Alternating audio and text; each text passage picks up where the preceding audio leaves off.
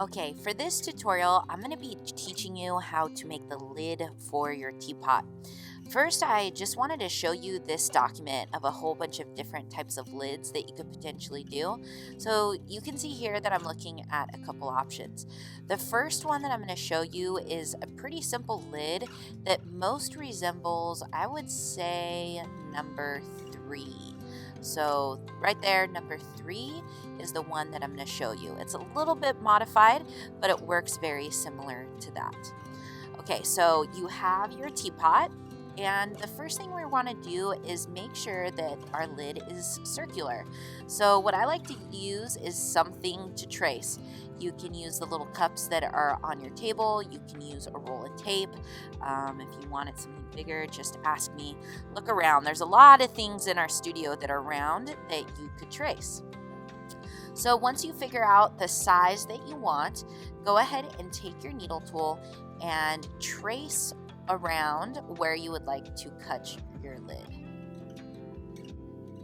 Template really does help a lot. Okay, so now that you have that, we're going to go ahead and start cutting the lid. So I would suggest using an X-Acto knife. And when we cut, we're not going to cut straight up and down. You can see here that my X-Acto knife is on an angle. This angle is really helpful because what it does is it makes sure that the lid won't drop down into the teapot body. It has this little area where it's sitting on and it is supported. So, it's kind of difficult and it gets a little messy with this cut, but it works pretty well at the end once you smooth it out and it is finished. Okay, so there it's cut and it's good to go. But now that I have it cut, I'm going to go ahead and take this opportunity to smooth out the edges on the inside of the teapot and also the lid to make sure that it's going to fit right. I also, because it's circular, sometimes you get confused about where it's supposed to go. So it's really helpful to actually make a little mark. So take a needle tool and make little alignment marks so you know where it goes in the future. Some people will glaze a little dot on there or carve something special so they know how to align it. But for the process, just go ahead and make 2 little dots so that you know which direction it goes. You also notice that my clay is actually pretty leather hard, like hard leather. So that's also helpful.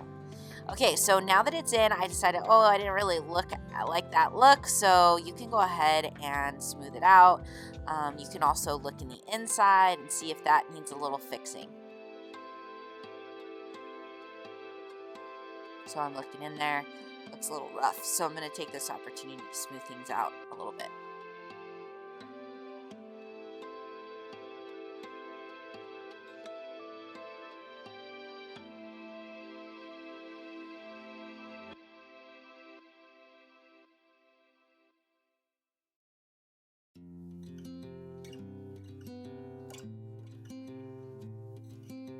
Okay, so there's my finished teapot with the lid cut. But what I noticed is the clay was getting a little bit hard.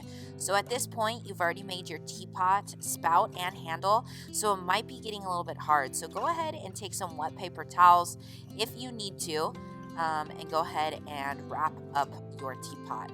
Mine, like I said, was like hard leather, so it's like, ooh, I gotta wrap it up a little bit. So wet paper towels, and make sure that does not do it alone. You need to take some plastic and wrap it around as well. All right, here's some bonus content. I was thinking about it, and there's a couple different other lids that you might want to make. The first one I'm going to show you is a lid that's not completely circular. You could do one that's oval or even in the shape of a cool shape that you want to do, and you would cut it very similar to as you did the circular one. But I'm going to show you just this kind of abstract blob shape and how you can make a lid this way. What's really cool about a lid this way is it fits like a puzzle.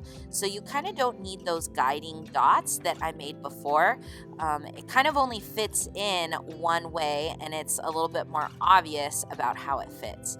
And it kind of secures it a little bit better. So if you want to try out making this type of lid, go ahead. And here's a second type. I'm going to actually show you this number 9. So with number 9, what's kind of cool is that the lid does not slip off very easily.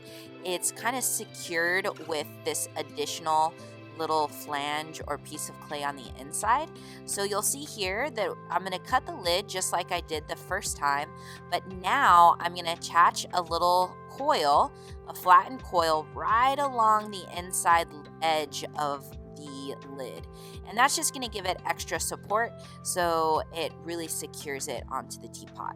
So if you're really concerned with functionality and want to actually use the teapot, this might be an additional extra step that you might want to do. You can see here I wrap it around, cut it so it's equal, and make sure that you really push it in and blend it into the lid so that it is securely placed.